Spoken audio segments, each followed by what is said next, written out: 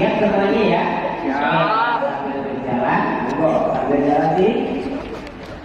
Kemudian sebelum kita berdiri, ya saya akan menjelaskan juga terlebih dahulu tentang sejarah singkat dari Museum Kartini. Jadi kenapa adanya Museum Merah Kartini di Kabupaten? Mendokumentasikan benda peninggalan-peninggalan sejarah. Dan Museum Merah Kartini Jepara ini itu dibangun pada tanggal 30 Maret tahun 1975. Kemudian untuk peresmiannya pada tanggal 21 April tahun 1977. Nah, dan seperti yang ada di ruangan pertama ini, itu saya dan beliau diperbolehkan juga mendirikan sebuah sekolah, yang sekolahnya ini di belakang rumahnya, di belakang pendopo ya. Jadi kalau rumahnya Kartini itu bukan di sini, melainkan di sebelah timur dari alun-alun Kota Jepara. Kemudian di sini beberapa foto Kartini setelah menginjak dewasa.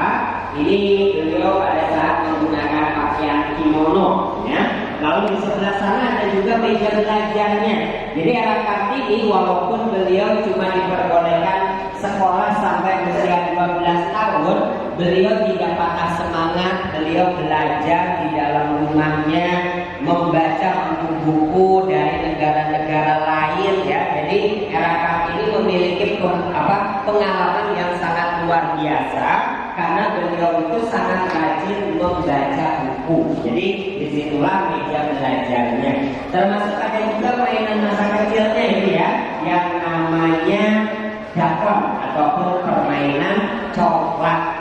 Kemudian ini sebagian dari isi surat-surat R.A. Kartini. Surat R.A. Kartini itu kalau dalam bahasanya bahasa Belanda, bukan bahasa Jawa ataupun bahasa Indonesia ya, karena pada waktu itu Indonesia belum merdeka. Jadi Indonesia itu masih pemerintahan Hindia Belanda. Jadi di sini ada juga dalam bahasa Belandanya, ini yang paling atas bahasa Belandanya, lalu bahasa Inggris, dan ini yang sudah diterjemahkan menjadi bahasa Indonesia. Kemudian di sebelah sini ada sebuah ukiran yang menjadi ciri khas Kota Jepara yang dinamakan Jepara Kota Ukir. Itu kita bisa lihat, kita bisa amati dari sebuah ukiran macan gunung. Karena ukiran macan gunung tersebut itu dibuat dari satu balok kayu utuh, satu belondok kayu utuh tanpa ada sambungan ataupun lem-leman. Jadi dibuat dari bawah sampai atas, termasuk dalam-dalamnya semuanya tanpa ada sambungan ataupun dilem. Itulah keunikan ukiran macan gunung. Kemudian di sini ada juga alat batik yang namanya canting. Ya, jadi ini alat batiknya Kartini, dan ini foto beliau pada saat membatik bersama adik-adiknya, karena Kartini itu sangat gemar sekali membatik ya. Dan hasil karya batiknya itu sering diminta oleh orang-orang Belanda. Dan salah satu batik itu bisa terkenal juga, itu salah satunya dari Kartini, karena Kartini sering memberikan ternyata batik hasil karya orang pribumi itu bagus. Dan sekarang ini ada seperti batik-batik Pekalongan ya, yang terkenal. Dan ini batik Jepara. Oh boleh, cuma bergantian ya. Nah kita lanjut lagi sini. Jadi Kartini setelah menikah, ini bersama suaminya. Suami Kartini itu Bupati Rembang ya, bernama Raden Mas Adipati Aryo Joyo Adiningrat, yang dimana usia pernikahan Kartini sama Bupati Rembang itu kurang lebih cuma 1 tahun. Kartini menikah pada saat usia 24, dan usia 25-nya setelah Kartini melahirkan satu orang putra, 4 harinya Kartini meninggal tepat pada tanggal 17 September 1904. Jadi dalam usia 25 tahun, dan juga dimakamkan di Rembang. Jadi itu foto putranya yang namanya Susalit. Dan ini keluarga dari Susalit, putra satu-satunya Kartini. Dan kalau keturunan Kartini yang masih hidup itu cicit dari R.A. Kartini. Ini fotonya semasa kecilnya ini Kartono Mini, jadi mengenali nama-nama kiramnya. Dan cincin tersebut sekarang bertempat tinggalnya di Bogor sama di Jakarta. Kemudian ini terus dari makam Erakar ini yang berada di Kabupaten Rembang, di Makassar di Kabupaten Rembang, yang dimana beliau usianya sangat pendek, tapi jasa dan perjuangannya itu akan selalu dikenang sampai akhir hayat. Kemudian ini meja kursinya masih asli ya. Jadi kalau meja kursi ini yang dulu digunakan oleh keluarga ataupun ayah, ibu, dan juga anak-anak yang paling dewasa yang boleh duduk. Jadi kalau yang lainnya duduknya itu di bawah lesehan ya. Nah ini yang sudah diperbaiki ya, cuma dari anyaman rotannya. Kalau yang pinggirnya ini masih asli ya, yang sering rusak itu yang bagian bawahnya nih. Nah kemudian kalau andong ini, makanya tadi kalau ingin mencoba naik ya dipoto boleh, karena ini cuma sebuah replikanya saja ya. Jadi menggambarkan kendaraan yang dulu digunakan pada masanya RA Kartini. Jadi RA Kartini dulu naiknya bukan mobil mewah seperti sekarang, karena dulu belum ada mobil ya. Jadi yang sudah ada itu kereta kuda ataupun kereta kencana, atau dinamakan juga delman ya. Nah ini kendaraannya. Kemudian ini sahabat-sahabat era Kartini, seperti ada yang bernama Nyonya Mari Oviksur, Nyonya Neri Patkol, dan ini yang bernama Mr. Juan Abendanon, yang dimana Abendanon inilah yang telah mengumpulkan surat-surat RA Kartini, yang surat-suratnya itu dalam bahasa Belanda ya berjudul Door Mysteries of Life. Nah, kemudian diterjemahkan ke dalam bahasa Indonesia yang berjudul Hadis Gelap Terbitlah Terang. Pertama diterbitkan itu tahun 1911. Nah ini ya, setelah RA Kartini meninggal. Nah, kita lanjut menuju ruangan kedua. Silakan, ruangan keduanya sebelah sini. Dan nanti teman-teman kalau ingin masuk lagi ruangan pertama sambil foto-foto boleh. Silakan. Ini ruangan keduanya.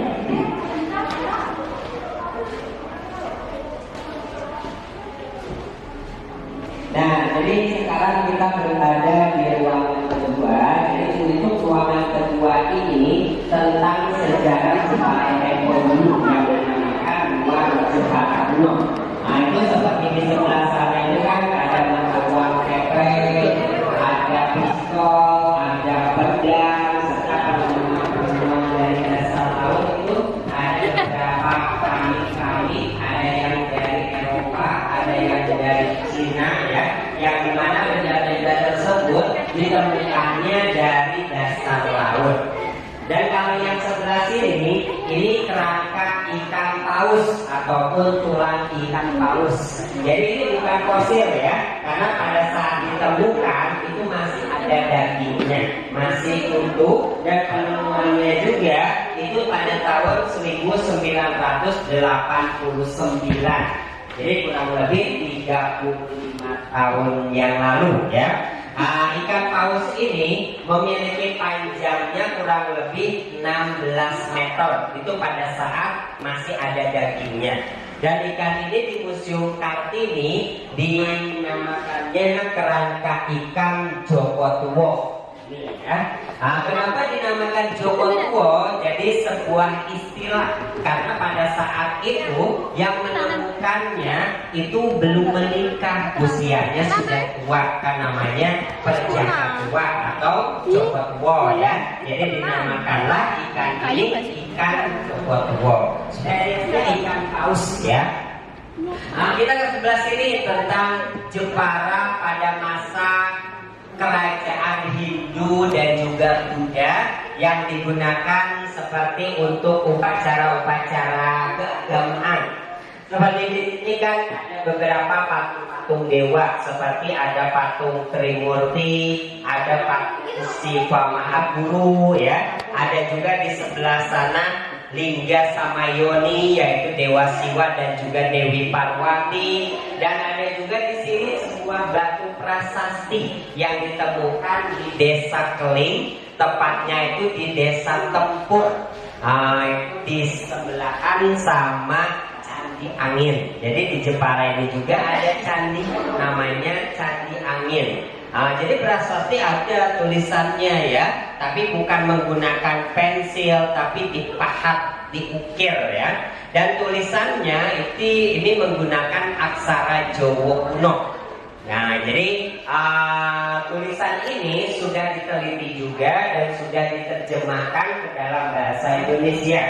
Yang dimana arti ataupun inti dari tulisan ini yaitu sebagai pengikut Dewa Siwa yang mengikuti ajaran Dewa Siwa tidak diperbolehkan memiliki istri lebih dari satu. Jadi dalam artinya larangan poli itu sudah ada dari dulu ya.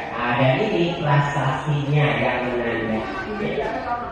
Kemudian ada di sebelah sini batu nisan. Ya, kalau ini kan batu nisan, namanya orang yang sudah meninggal ya.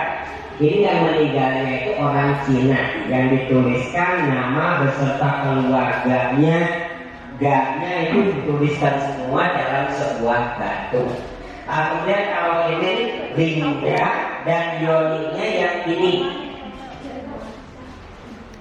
lingga itu berpasangan, yaitu laki-laki dan laki-lakinya yaitu lingga yang menandakan Dewa Siwa, dan yang perempuan yaitu yoninya ini ya yang menandakan Parwati. Jadi lingga sama ini itu Dewa sama Dewi Parwati. Jambangan itu bak mandi ya. Mungkin bentuknya sama seperti bak mandi yang sekarang, yang namanya apa? Untuk berendam petak. Ya, ini ya bak mandi tempo dulu. Kita sambil berjalan lagi, kita menuju ruangan ketiga ya. Kalau ini juga sama ya, alat musik tradisional tempo dulu yang dinamakan gong semat. Kalau yang ini ada kendi, ada cereknya. Ini kerajinan dari Desa Mayong, kerajinan Jepara. Ini kita masuk ruangan ketiga yang namanya ruang Darussalam ya. Nah, jadi kalau di ruang Darussalam ini itu dalam artinya ruang perdamaian, yang dimana barang-barang yang ada di ruangan ketiga ini itu peninggalan dari kakak kandungnya kakak ini yang bernama Sosro Kartono. Sosro Kartono ini sangat berjasa terhadap kakak ini karena kakak ini memiliki pemikiran yang mungkin memajukan kaumnya. Itu dasarnya ataupun pimpinannya dari kakaknya tersebut. Kakaknya ini karena seorang laki-laki, jadi dulu diperbolehkan di Belanda. Beliau di Belanda mulai dari usia 14 tahun sampai usia 60 tahun. Beliau lulusan dari Universitas adik lo adik kamu dan juga 10 bahasa yang ada di Nusantara. Jadi 36 bahasa selesai. Dan ini ada yang berbentuk seperti nanas ya, ada juga ada bahasa dari ada yang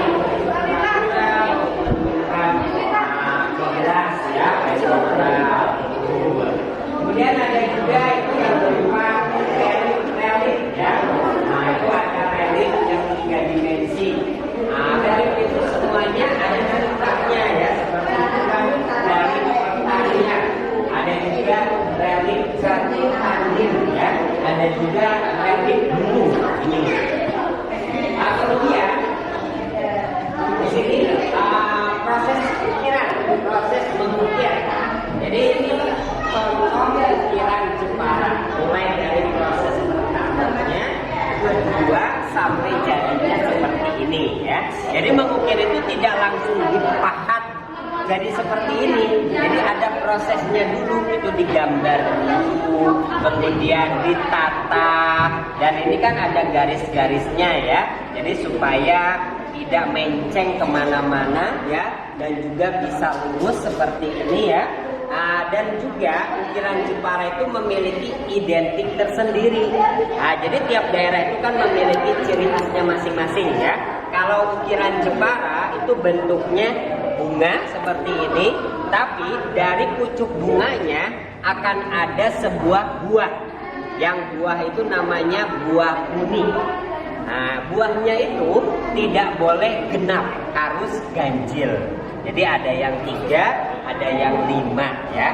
Dan sebenarnya dari buah ini bisa memiliki cabang lagi, jadi tidak ada matinya. Jadi dinamakan juga ukiran pohon hayat ya. Jadi selalu hidup. Jadi tidak ada putusnya. Jadi akan selalu menyambung. Kemudian selain ukiran Jepara di ruangan ini juga kita memperkenalkan tentang berbagai macam ukiran dari daerah-daerah lain. Seperti motifnya Jogja, tuh seperti itu. Motifnya Madura, ada juga motifnya Pekalongan, motif ukiran Surakarta, motif dari kerajaan Majapahit, lalu Pajajaran, Cirebon ya, Bali. Itu semuanya berbeda-beda. Kemudian termasuk ini juga cerita ya. Relief itu kan pembuatannya dari cerita ya. Jadi ini kita tidak menutup-nutupi ukiran Jepara itu kok sarung seperti ini ya.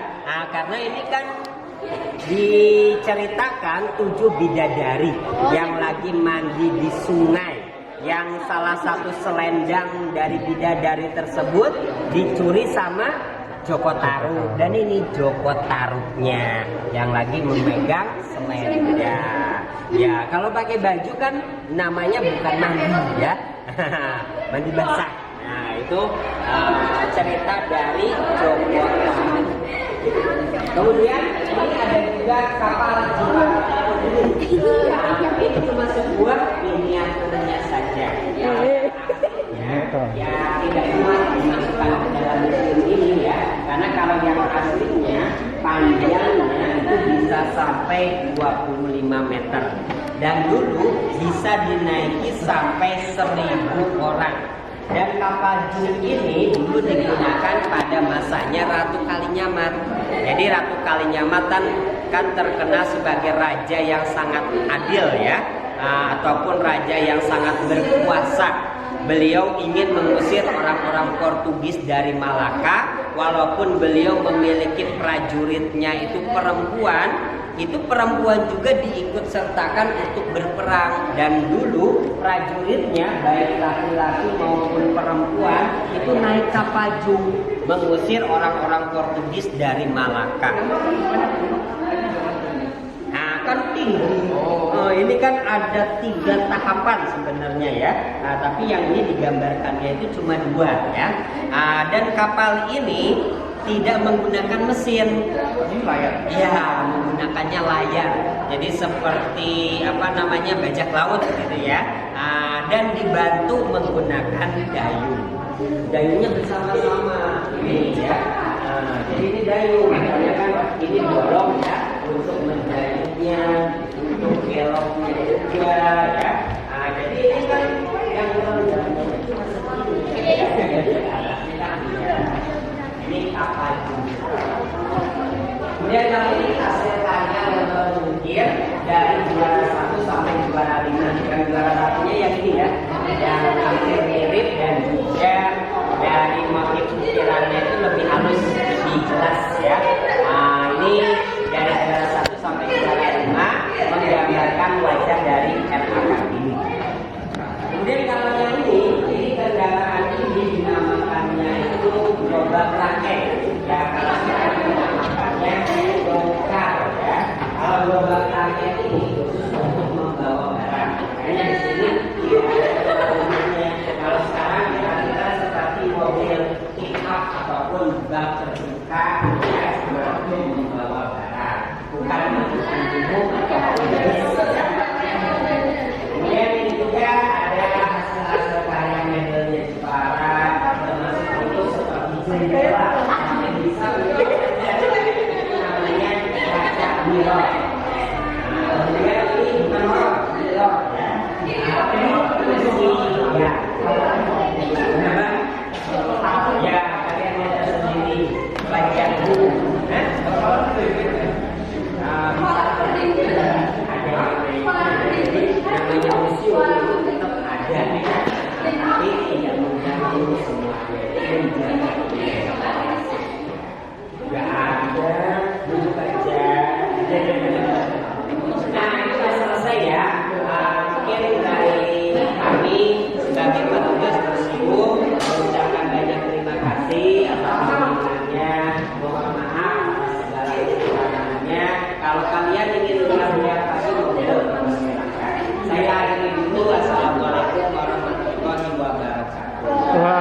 Waalaikumsalam warahmatullahi wabarakatuh. Ya, silakan kalau mau nyoba bisnis itu boleh.